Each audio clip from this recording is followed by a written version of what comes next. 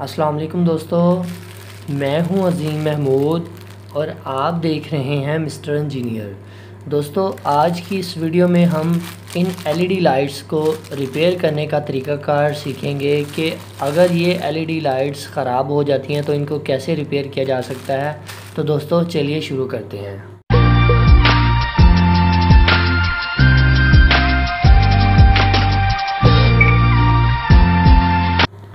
जी तो दोस्तों, जैसा कि आप लोग ये देख सकते हैं कि मेरे पास इस वक्त ये 3 लाइट्स ये हैं और एक ये पैकेट में है, ये मौजूद हैं।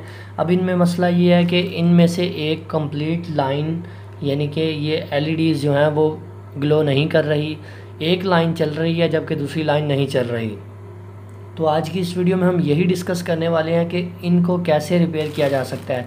जैसा कि आप लोगों को पता है कि ईद मिलादुन्नबी के मौका पर या शादी ब्याह के मौका पर इन एलईडी लाइट्स का बहुत ज़्यादा इस्तेमाल होता है और अब ये बढ़ता ही चला जा रहा है। तो इनकी वैसे प्राइस की अगर बात करें तो ये तकरीबन 60 रुपये की ये नई मिलती है, मगर मसला ये है कि जिन लोगों के पास पहले से पड़ी हुई हैं काफ़ी ज़्यादा, उनमें से वो उसे कैसे रिपेयर करें। तो इसे रिपेयर करना कोई इतना मुश्किल काम नहीं है। तो दोस्तों बढ़ते हैं इस टॉपिक की जानिब। तो सबसे पहले मैं आप लोगों को ये दिखाता हूँ इन एलईडीज़ में क्या फ़ॉल्ट है।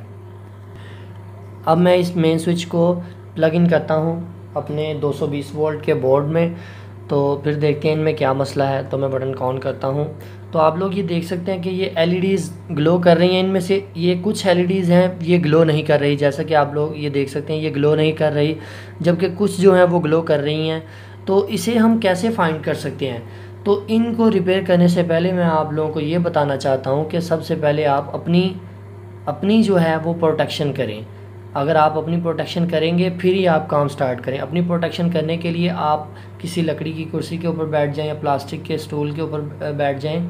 तो मैं उसके ऊपर एक अलग से वीडियो बना चुका हूं, आप उसे भी देख सकते हैं कि कैसे इलेक्ट्रिक करंट से बचा जा सकता है। तो मैं आप लोगों को ये अब बताता हूँ कि सबसे पहला जो इनमें फॉल्ट होता है वो क्या होता है। तो उस फॉल्ट को समझने से पहले मैं आप लोगों को डायग्राम के साथ इसके बारे में डिटेल के साथ बताना चाहता हूँ ताकि आप लोगों को इसकी बेहतर समझ आ सके।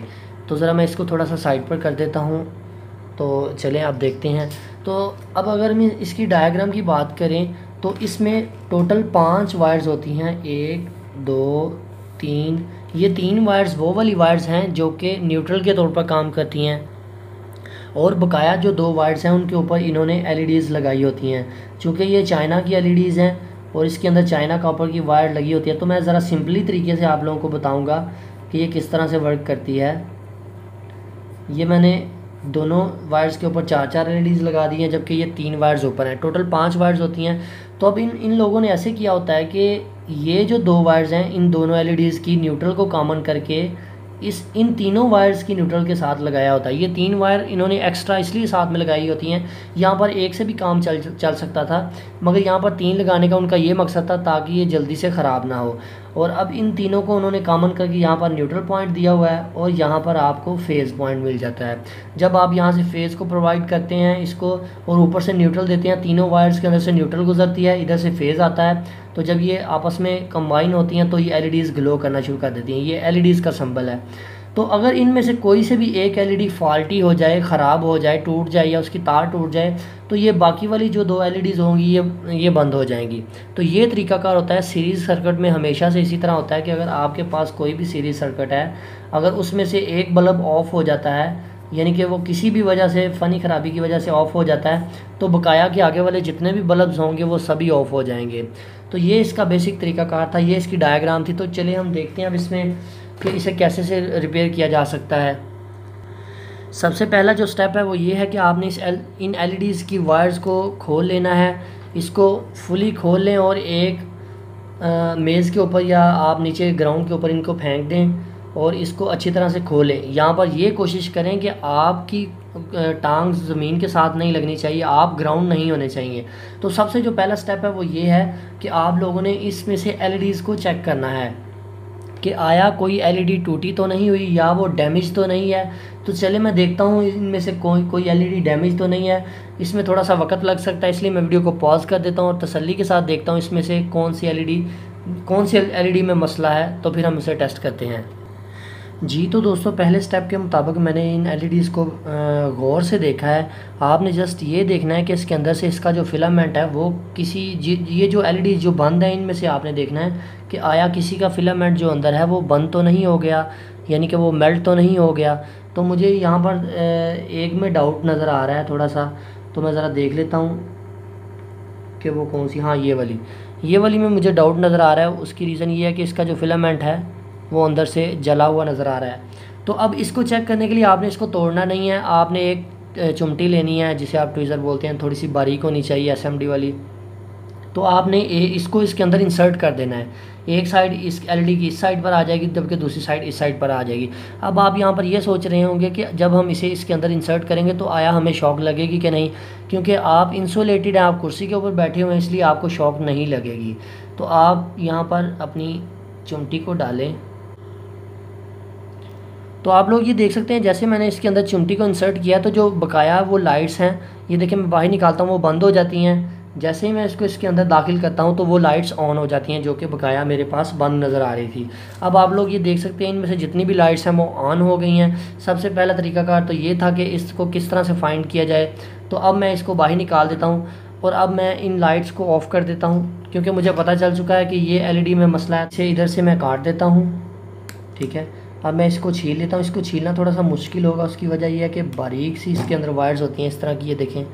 तो आपने इन दोनों को कंबाइन कर देना है। कोशिश करें इसके ऊपर सोल्डरिंग आयरन के साथ इसको टांका लगा दें। तो टांका लगाने के बाद आपने इसको इंसुलेशन ज़रूर प्रोवाइड करनी है। आपने इसके ऊपर इंसुलेशन टेप लगा देनी है। जैसा कि आप लोग ये देख सकते हैं, ये जो एलईडी थी ये बिल्कुल ठीक हो गई हैं। सिर्फ एक एलईडी की वजह से बकाया सारी एलईडी की लाइन जो है वो बंद हो गई थी।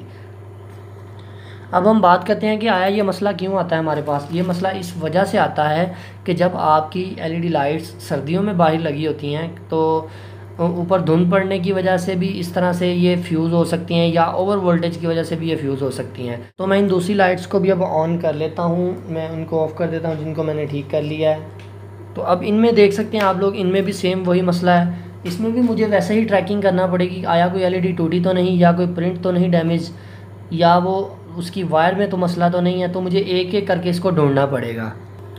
तो दोस्तों, अब पूरा 1 मिनट इसके साथ खजल होने से मुझे ये पता चल गया कि मेरी ये वाली एलईडी है वो टूटी हुई है। आप लोग ये देख सकते हैं कि ये एलईडी टूटी हुई है, इस वजह से इसने बकाया जो सारा सर्किट है उसे भी बंद कर दिया है।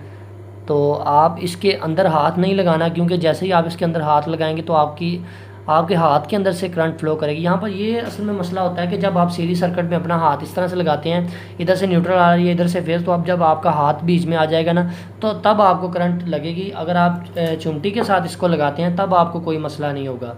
तो मैं इसे लगाता हूँ, ये देखें जैसे मैं इसको लगाता हूँ तो जो बाकी एलईडीज़ हैं वो ऑन हो जाती हैं, ठीक है। तो इसका मतलब ये हुआ कि हमारी इस एलईडी में मसला था, ये टूटी हुई थी, इसने आगे वाले तमाम सर्किट को बंद कर दिया था। अब मैं इसे भी बंद कर देता हूँ, इसे भी काट देता हूँ और मैं इसको छील लेता हूँ।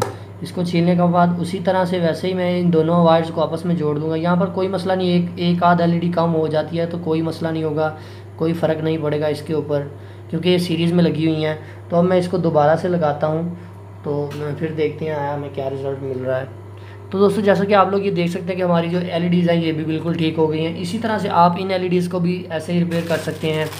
तो यहाँ पर बात ये आती है कि ज़रूरी नहीं है कि आप लोगों ने इनको नया ही बाई करना है। अगर ये ख़राब हो गई हैं तो आप इस तरह से इनको रिपेयर भी घर बैठ के कर सकते हैं। जैसे आपने अपनी प्रोटेक्शन करनी है, आपने अपनी प्रोटेक्शन करनी है। बस मैं आप लोगों को बार बार इसलिए कह रहा हूँ कि आपने अपनी प्रोटेक्शन इसलिए करनी है क्योंकि आप हैं तो सब कुछ है, आप नहीं हैं तो कुछ भी नहीं है। तो दोस्तों, मैं उम्मीद करता हूँ आपको आज की वीडियो पसंद आई है। अगर आपको आज की वीडियो पसंद आई है तो मेरी वीडियो को लाइक करें। अगर आप हमारे न्यू व्यूअर्स हैं तो मैं आप लोगों को ये रिकमेंड करूँगा कि आप हमारे चैनल मिस्टर इंजीनियर को ज़रूर सब्सक्राइब कर लें, क्योंकि मैं डेली टच से रिलेटेड, इस तरह की इलेक्ट्रॉनिक्स से रिलेटेड अच्छी अच्छी वीडियोज़ अपलोड करता रहता हूँ। तो दोस्तों, इसी के साथ मुझे दे इजाज़त। अल्लाह हाफिज़। पाकिस्तान जिंदाबाद।